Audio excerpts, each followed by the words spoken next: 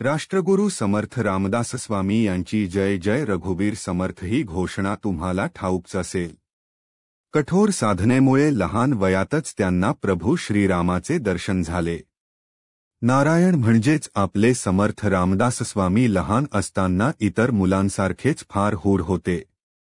अत्यंत बुद्धिमान पण हूढ नारायण पूर्ण देवभक्त होता. लहानपणापासूनच त्याचे लक्ष इतर गोष्टींपेक्षा देवभक्तीकडे होते. त्याची श्रीरामावर फार भक्ती होती. त्याचा जास्तीत जास्त वेळ परमेश्वराच्या चिंतनातच जात असे. चिंतनानंतर त्याला असे आढळून आले की खरे ज्ञान होण्यासाठी आपणास गुरूंकडून उपदेश मिळाला पाहिजे. तेव्हा नारायणाने आपले वडीलबंधू गंगाधर यांना उपदेश देण्याची विनंती केली. नारायणाची ही विनंती ऐकून ते म्हणाले, अजून तू लहान आहेस. तुझे खेळण्याचे वय असल्यामुळे थोडा मोठा झालास की उपदेश देईन. या बोलण्याने तो हिरमुसला झालानी गावातल्या मारुतीरायाच्या देवळात एका आडोशाला. मारुतीरायाने गुरुपदेश दिल्याविना बसल्या जागेवरून उठायचे नाही असा निश्चय करून ध्यान करत बसला. त्यावेळी प्रत्यक्ष प्रभू श्रीरामचंद्राने प्रगट होऊन नारायणाला श्रीराम जय जय राम या मंत्राचा उपदेश दिला. गुरूंचा उपदेश मिळाल्याने नारायण आनंदित झाला आणि आपला बहुतेक वेळ परमेश्वराच्या चिंतनात घालवू लागला. त्याचे हे श्रीरामाचे वेड त्याच्या आईला ठाऊक होते. श्रीरामाच्या भक्तीत पूर्णपणे विरघळून गेलेल्या नारायणाचे मन संसारात रमावे यासाठी तिने त्याचे लग्न करायचे ठरवले.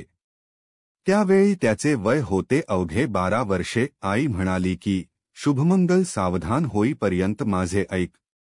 आईची आज्ञा म्हणून बाल नारायण लग्नासाठी मंडपात येऊन उभा राहिला. मनातील श्रीरामाची मूर्ती स्वस्थ बसू देईना. अक्षता पडायच्या वेळेला जेव्हा ब्राह्मणांनी शुभमंगल सावधानचा गजर केला त्या क्षणी त्याने लग्नमंडपातून धूम ठोकली.